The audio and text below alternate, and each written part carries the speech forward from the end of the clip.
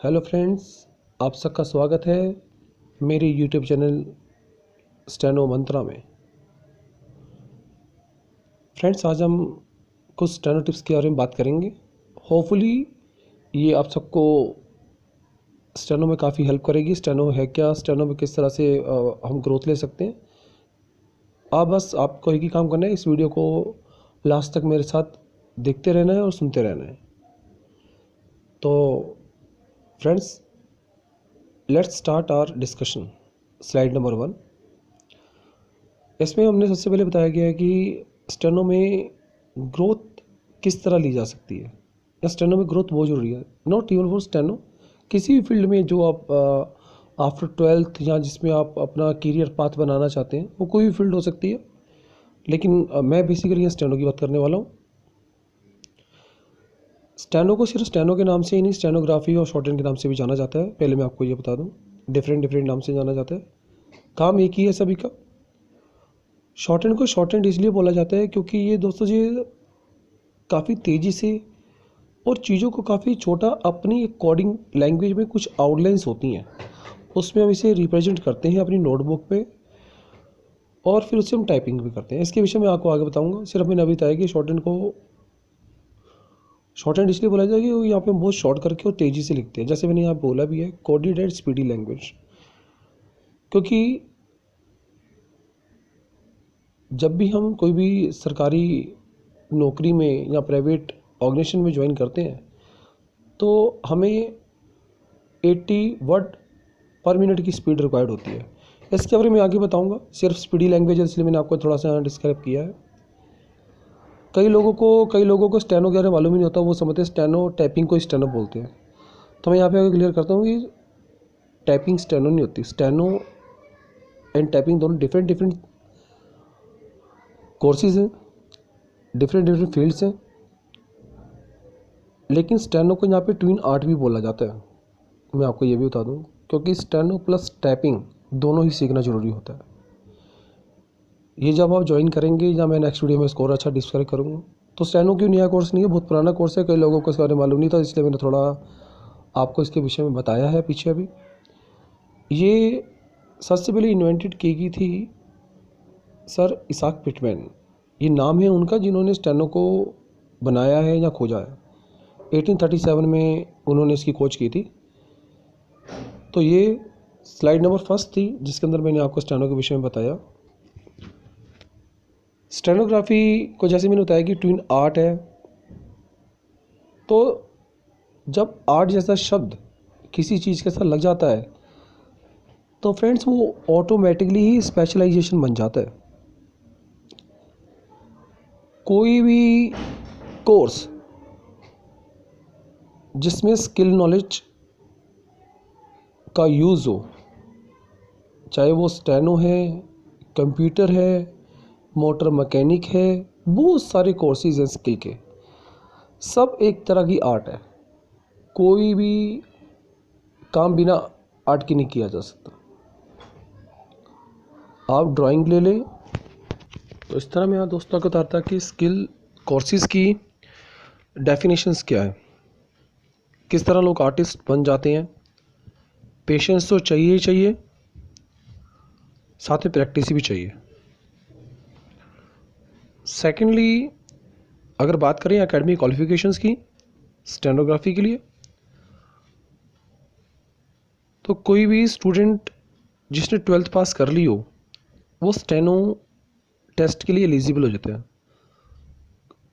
Steno का जो test होता है वो कॉम्पिटिटिव एग्ज़ाम्स के बाद आता है। मींस कि सबसे पहले जब आप फॉर्म भरेंगे नौकरी का, सरकारी नौकरी का, तो सबसे पहले आपको कॉम्पिटिटिव एग्ज़ाम देना पड़ेगा। उसको पास आउट करने के बाद, मेरिट में आने के बाद, फिर आपका स्किल के लिए नंबर लगेगा। जो लोग रिटर्न क्वालिफाई कर जाएंगे, देन क्वालिफाई होने के बाद आप स्किल टेस्ट ले जाएंगे। स्किल टेस्ट पास होने के बाद फिर एक मेरिट बनती है। उसके बेस पे आपको एज ए स्टेनोग्राफर सरकारी जो विभाग होते हैं डिफरेंट स्टेट्स में, वहाँ पे आपको ज्वाइनिंग दी जाएगी। ये तो मैंने बात करी आपसे उसकी योग्यता की। पहले भी मैं आपको बता चुका, स्टेनो सिर्फ इंग्लिश में नहीं होती। मैं आपको ये बताऊं, कई लोगों को ये भी नहीं मालूम, स्टेनो हिंदी और इंग्लिश दोनों लैंग्वेजेस में होती हैं। बहुत सारे लोगों का क्वेश्चन रहता है कि सर इंग्लिश की स्टेनो को तो ज़्यादा स्कोप है, हिंदी का नहीं है। और किसी को इंग्लिश नहीं आती, कोई का फ्रेंड इंग्लिश में कर रहा है तो वो इंग्लिश में करने चला जाता है, फिर उसको बाद में पता लगता है कि ये तो गलत डिसीजन ले लिया। तो मैं आपको शुरू में ये बात बता देता हूँ कि कहते हैं कि सबसे अच्छी कमांड किस में होनी चाहिए, होती है हिंदी में इंग्लिश में। तो मैं आपको ये बताता हूँ कि ये आपके ऊपर निर्भर करता है कि आपकी किस लैंग्वेज में आपकी कमांड अच्छी है, हिंदी या इंग्लिश में। जिसमें अच्छी है उसको चूज़ करिए और उसके साथ जाइए। तो ये तो हमारी बात थी कि आपको किस तरह से चॉइस करनी चाहिए अपने सब्जेक्ट की, हिंदी या इंग्लिश की। अगली अगर स्लाइड्स में बात करें तो let's start with some of our important tips for beginners. मैंने बिगनर्स का यहाँ पे नाम लिखा है, लेकिन मैं आपको जो लोग ऑलरेडी स्टेनो कर रहे हैं या स्पीड पे हैं या बुक के किसी भी लेवल पे हैं, तो उन लोगों को तो मालूम है कि डेली प्रैक्टिस जो है वो बहुत ही इम्पॉर्टेंट है एज एन इंडिविजुअल आइडेंटिटी। क्योंकि स्टेनो स्टूडेंट्स जब तक प्रैक्टिस नहीं करेगा, प्रैक्टिस क्या मतलब उसकी वेन्स में ये बात होनी चाहिए, मैंने इस पर मेंशन करा है, जैसे it's as important as blood in our veins.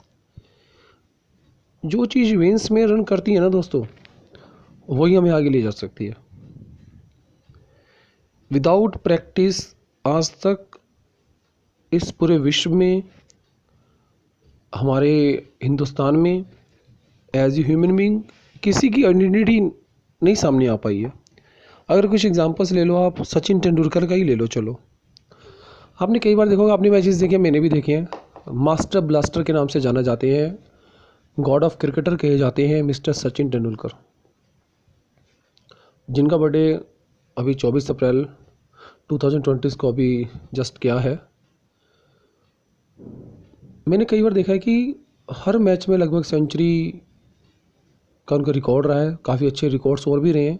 फिर भी दोपहर में नेट पे प्रैक्टिस, स्टॉक को इम्प्रूव करना, और कभी उन्होंने ये नहीं सोचा कि मैं सचिन तेंदुलकर हूँ, टीम में तो मेरा सिलेक्शन रहता है। उनको लेकर की फाइट में होती है कि सचिन तेंदुलकर को इस मैचेस में सीरीज़ में लेना ही लेना, उनको शॉर्ट होता है वो सीरीज़ में है।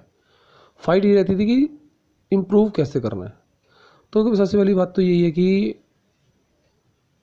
अगर सचिन तेंदुलकर जैसी एक महान हस्ती, जिसे गॉड ऑफ क्रिकेटर भी कहा जाता है, अगर हम उससे कुछ सीखना चाहें तो ये सीख सकते हैं कि जब वो इतना बड़ा प्लेयर होके रोज़ नेट पे दोपहर में पसीना बहा सकता है या प्रैक्टिस कर सकते हैं, तो हम तो फाइट ही कर रहे हैं और हमें भी प्रैक्टिस करनी चाहिए, तभी हमारा नेम फेम होगा। सभी लोगों को अच्छे लोग ही अच्छे लगते हैं, फिट आदमी अच्छा लगता है, जिसका नाम वो अच्छा लगता है। लेकिन फ्रेंड्स, ये सब अच्छा लगने से कुछ नहीं होता। अच्छा बनने के लिए बहुत सारा पेशेंस, मैंने बताया ऑलरेडी, चाहिए। घंटों घंटों की प्रैक्टिस चाहिए। अगर रिलेट कर दें हम अपनी शॉर्ट हैंड से, एक्सरसाइजेस की प्रैक्टिस करिए। कई लोग ना टीचर्स के लिए करते हैं, जो लोग ज्वाइन कर चुके हैं स्टेनो, या स्कूल में भी आपने देखा होगा पास्ट, पहले तो स्कूल था, चलो हम स्टूडेंट्स थे, और अब तो स्किल कोर्स के अंदर आने जा रहे हैं। वहाँ तो टीचर का प्रेशर होता था, यहाँ भी होता है लेकिन उतना नहीं होता है, क्योंकि यहाँ लोग ना, कई लोग समझते हैं हम बड़े हो गए हैं। अगर आप ये समझ के कोर्स को करेंगे कि हमें ग्रोथ लेनी है, हमें कुछ बनना है और करना ही करना है। कई लोग होते हैं ना, आज बरसात होगी तो आज नहीं करेंगे, कल नहीं जाएंगे, परसों नहीं जाएंगे, आज गर्मी है, सर्दी है। ये सब तो जब तक हम हैं समाज में, पृथ्वी पर, ये सब चलते रहेगा। डिपेंड ये करता है कि आप उसे कितनी शिद्दत से, कितने उत्सुकता से करते हैं। क्योंकि ये चांस जो मिलता है आफ्टर 12th, ये काफ़ी मुश्किल से मिलता है, और मैं बता दूँ 18 से 27 साल तक ही रहता है गवर्नमेंट जॉब का चांस। वहाँ तक मिला तो ठीक है ना, अदरवाइज़ तो बहुत दिक्कत हो जाए। मैं ओनली जनरल कैटेगरी की बात कर रहा हूँ, रिजर्व कैटेगरीज के लोग भी रहते हैं। तो यहाँ पे थोड़ी सी मैंने बात की इस विषय में। अगला स्लाइड्स में देखेंगे तो important tips for speed students. तो यहाँ पे हम जल्दी से डिस्कस कर लेते हैं इस बारे में कि जो लोग स्पीड पे हैं उनको भी देखा गया है कि उनको बहुत दिक्कत आती है। जैसे मैंने को बोला कि अभी पिछली साइड में कि आपको प्रैक्टिस तो चाहिए। प्रैक्टिस किसी टीचर के लिए नहीं होती है, आपके खुद के लिए होती है। प्रैक्टिस करने के स्टाइल होते हैं। कई लोग ना एक प्रैक्टिस करते हैं, एक पेज कर लिया जी चलो हो गया, चलो स्टेनो का कोर्स हो जाएगा। सॉरी माय डियर, आप अपना समय वेस्ट कर रहे हैं अगर ऐसे कर रहे हैं तो। सबसे अच्छी बात है प्रॉपर टाइम टेबल बनाइए। कॉम्पिटिटिव एग्ज़ाम्स की तैयारी का भी आपको शॉर्ट हैंड के लिए भी टाइम चाहिए, आपको टाइपिंग के लिए भी टाइम चाहिए। एक स्पेसिफिक टाइम्स आपके पास टाइम होना चाहिए। Sorry, next day daily practice के लिए ट्रांसक्रिप्शंस होनी चाहिए। स्पीड के लेवल को जो आपका करंट है उसको मेंटेन करके चाहिए।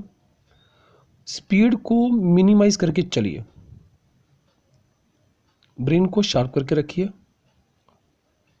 जो मिस्टेक्स आ रही हैं उसको हैंड टू हैंड इम्प्रूव करिए। मीन्स अगर मान लो कि किसी को छोटा सा कोई नाम नहीं लिखना है, नरेंद्र मोदी मान लीजिए, मैं स्टैंडर्ड की बात कर रहा हूँ, आप एक बार फटाफट उसकी आउटलाइन डिज़ाइन करिए अपनी इंस्ट्रक्टर्स के साथ आगे जो आपको स्टेनो करा रहे हैं, जो आपको आपकी गाइडेंस में काम करें, जिनकी गाइडेंस में वो बना के देंगे। उसको hand to hand 3 line practice करिए। पहले 60 पे, फिर 80 पे, फिर 90 पे, 100 पे स्पीड पे उसको मेंटेन करिए उस आउटलाइन को। इसी तरह और बहुत सारे टिप्स हैं जिनके थ्रू आप अपने गोल को अचीव कर सकते हैं बहुत ईजिली। कोई डिफ़िकल्ट काम नहीं है, लोगों ने डिफ़िकल्ट बनाया हुआ है क्योंकि लोग काम नहीं करना चाहते हैं। मैं स्पेशली स्पीड स्टूडेंट्स के लिए बात कर रहा हूँ। ये अगर वो डेली अपना प्रैक्टिस करें, नई वर्ड्स की वोकैब लें, वोकैब को स्ट्रॉन्ग करें, definitely you all steno students can achieve your goal very easily. Just trust on my words. तो आज के लिए दोस्तों इतना ही। नेक्स्ट टॉपिक की बात मैं आपको नेक्स्ट वीडियो में ही बताऊंगा, जो जल्दी मैं रिलीज़ करूंगा। मैं उम्मीद करता हूं कि मेरी ये सब जो टिप्स हैं आपको पसंद आए होंगे। अगर आप सब लोगों को अच्छे लगे हो तो लाइक ज़रूर करिएगा, शेयर भी करिएगा, मेरे चैनल को सब्सक्राइब प्लीज़ करिए, ताकि मैं भी थोड़ा मोटिवेट होता रहूँ और आपको भी मोटिवेट करता रहूँ और समझाता रहूँ। बहुत ही जल्दी हम अगले नेक्स्ट वीडियो में बहुत अच्छी बातें लेके प्रेजेंट होंगे। Thank you.